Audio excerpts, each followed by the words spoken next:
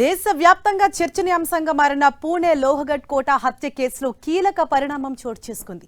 కేతన్ అగర్వాల్ కుటుంబ సభ్యులను పరామర్శించిన మహారాష్ట్ర సీఎం దేవేంద్ర ఫడ్నవీస్ న్యాయం జరిగేలా చేస్తామని భరోసా ఇచ్చారు.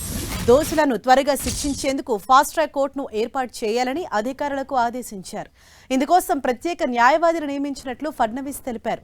సీనియర్ అడ్వకేట్ ఉజ్వల్ నికమ్ను కేతన్ తరపున న్యాయవాదిగా నియమిస్తున్నట్లు సీఎం పేర్కొన్నారు.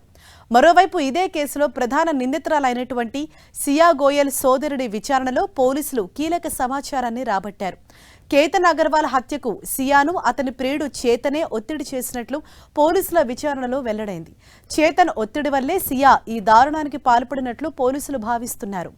మరోవైపు సియా గోయల్ విచారణలో సంచలన విషయం వెల్లడించినట్లు తెలుస్తోంది. తనకు పెళ్లి ఇష్టం లేదని కేతన్ అగర్వాల్కు ముందుగానే చెప్పానని, అతడు నిశ్చితార్థాన్ని రద్దు చేసుకోవటానికి అంగీకరించలేదని సియా తెలిపినట్లు దర్యాప్తు వర్గాలు చెబుతున్నాయి. చేతన్ చౌదరితో సియా గోయల్ ప్రేమలో ఉన్నట్లు పోలీసుల దర్యాప్తులో తేలింది. అయితే ఆమెకు కేతన్ను వివాహం చేసుకోవటం ఇష్టం లేదు. దీంతో ఆ విషయాన్ని కేతన్కు సియా చెప్పింది.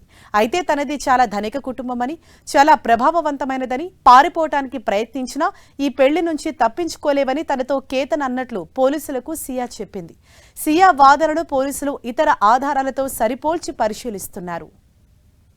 మరోవైపు పోలీసుల విచారణలో సియా గోయల్, చేతన్ చౌదరి ఒకరిపై ఒకరు నేరారోపణలు చేసుకుంటున్నట్లు సమాచారం. ఈ నేరానికి సూత్రధారి ఎవరు అనే ప్రశ్నకు ఒకరిపై ఒకరు ఆరోపణలు చేసుకుంటున్నారని పోలీసులు వెల్లడించారు. సియాతో కలిసి పారిపోవటమే తన లక్ష్యమని, హత్యకు ఆమెనే పురికొల్పిందని చేతన్ పోలీసులకు చెప్పాడు. అయితే ఈ హత్య ఆలోచన చేతందేనని, జూన్ 14న జరిగిన హత్యాయత్నం విఫలమైన తర్వాత అతడు తన ముందు కన్నీళ్లు పెట్టుకున్నాడని సియా తెలిపింది. ప్రస్తుతం నిందితులిద్దరికీ జూన్ 29 వరకు పోలీస్ కస్టడీ కొనసాగనుంది. మరోవైపు కేతన్ తమకు కొడుకు లాంటి వాడని, ఒక అమాయకుడి ప్రాణం తీసిన వారు ఎవరైనా సరే చట్టం ముందు సమానమేనని, శిక్ష పడాల్సిందేనని స్పష్టం చేశారు సియా గోయల్ తండ్రి ప్రవీణ్ గోయల్.